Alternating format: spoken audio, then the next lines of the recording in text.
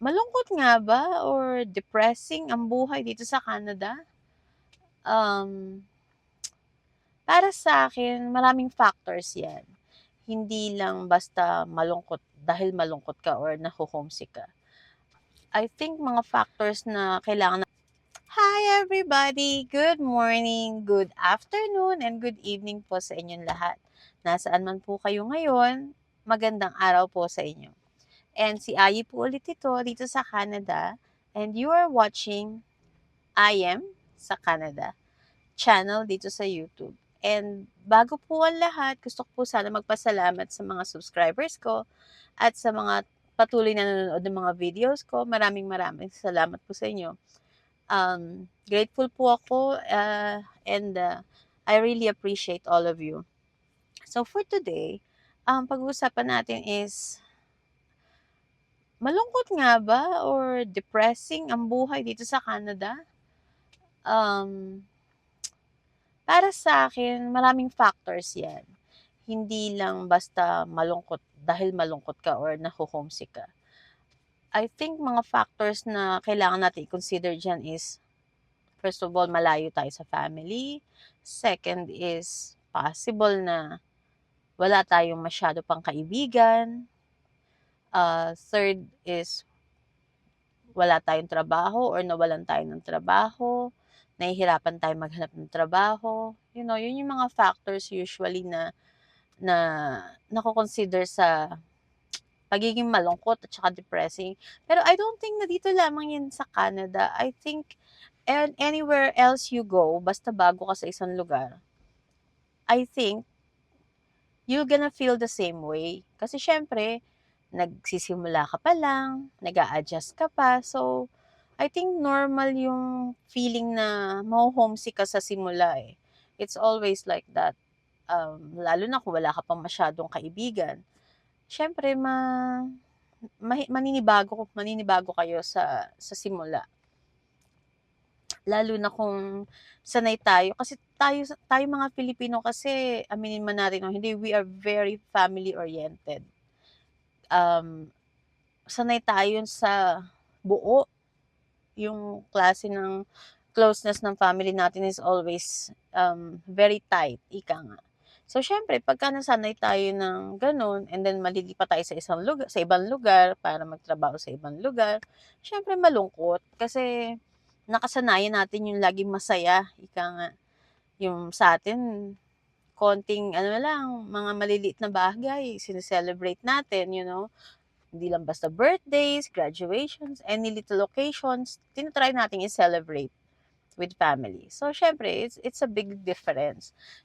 Iba kasi kung makikita mo lang sila na nagse-celebrate sila and then here you are working every day, non-stop. So, syempre, most of the time, malulungkot tayo. Isipin natin na ang saya-saya naman nila doon. You know, laging ganun. Kaya lang, syempre, kasama na yan eh. Parte na yan ng pagpunta mo dito. Parte na yan ng pagtatrabaho mo. Hindi lang dito yan. I think lahat, kung sino man yung pupunta, let's say, sa Middle East, or sa Europe, or America para magtrabaho. I think we all have the same dilemma na malungkot pagdating sa ibang lugar. Syempre sa una, sasabihin natin masaya, exciting, excited, very excited ka. Kasi syempre, pupunta ka sa ibang lugar. And then, as time goes by, magsisink in sa atin na namimiss na natin sila. Na nagsisimula na yung lungkot.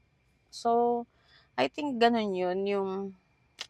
Yung dito kasi, minsan dahil, syempre, ang tendency natin, ang purpose natin when we came here is to work para ma-support natin ang family natin, hindi ba? Lalo na kung may mga anak tayo. We have to support them kasi syempre, mahal na mga gastusin sa school, tuition fee nila, mataas, we have to send them sa maayos na eskwelahan for their future. I think, ang nagiging problema is because we work so hard.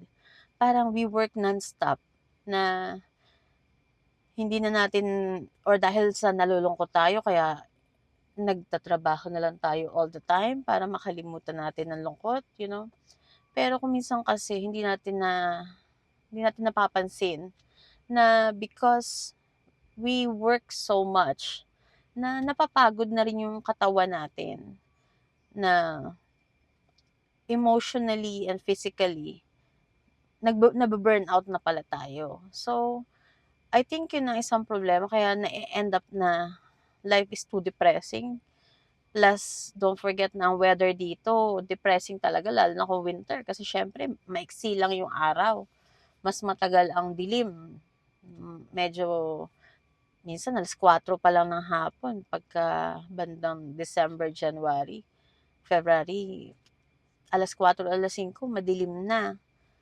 Tapos sa umaga, minsan mga 8:00 na madilim pa, you know. So, siguro yun din, nakaka-depress din yung panahon.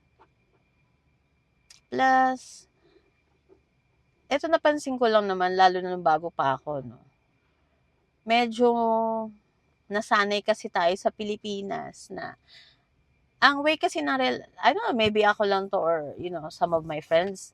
Ang relaxation kasi namin sa Pilipinas or natin sa Pilipinas is lagi tayong nagmo-malling, you know, kasi siguro dahil sobrang init, we go to the mall para makapag-freshen kasi para sa aircon, you know. Nagmo-malling tayo most of the time. Kaya lang, dito kasi hindi kami masyadong nagmo-malling.